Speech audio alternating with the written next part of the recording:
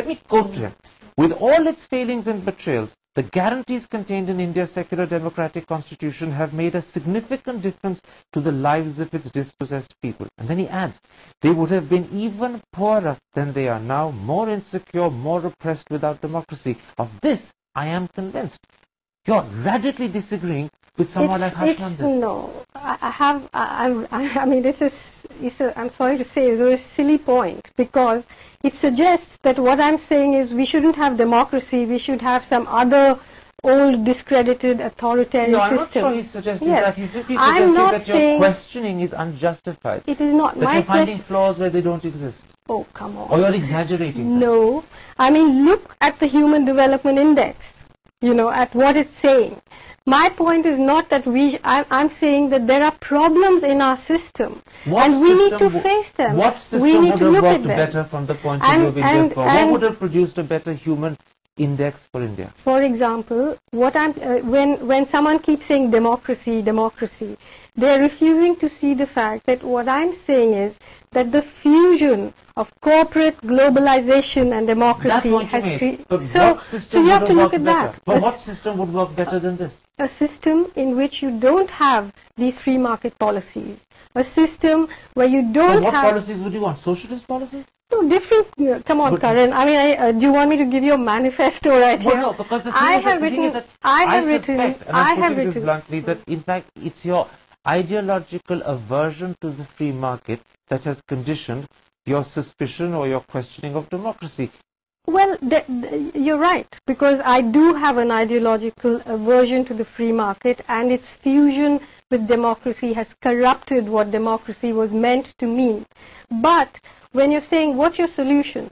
My solution is that we have to look, it's taken years and years of decision making, of corruption, of injustice, of refusing to look at the problem, saying, oh, we'd have been much better, we'd have been much worse off if it was somewhere else, so let's not critique what's going on now.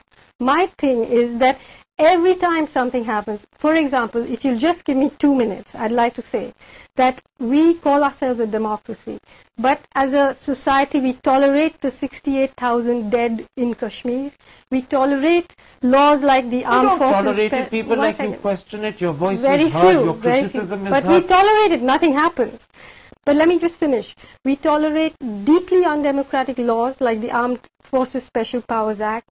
We tolerate what goes on. But questioning it, we're putting pressure on the government today to amend it, perhaps even to revoke it. For 60 years we've been questioning it, but it goes on. There was a different situation in Nagaland, in Kashmir, in the northeast that required it. 1 second. And we have let's say the Sikh genocide. We had what happened in Gujarat. All of and these the Prime Minister apologized for what happened to the Sikhs. He did it in Parliament. Sonia Gandhi did it at the Golden Temple. Would it be enough for you if someone killed your parents and raped your wife and the Prime Minister apologized? The Chinese haven't apologized even today for Tiananmen Square. It doesn't matter. The point is, when we accept these kinds of injustices and absorb them, and the government thinks that by apologizing or by dissimulating it's over, but they all settle in us like toxins. And we've become a pretty barbaric society. So you're saying the weight of all that's gone wrong in 60 years is now sinking us? It is. Is it beyond correction? Is it beyond correction? Well, it's not beyond correction.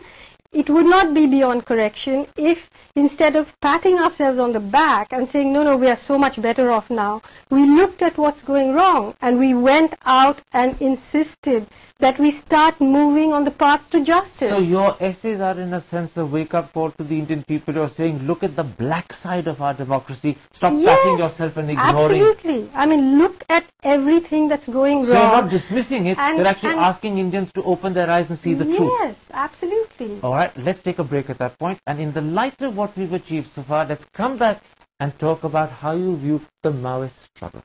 We'll be back in a moment's time. See you after the break.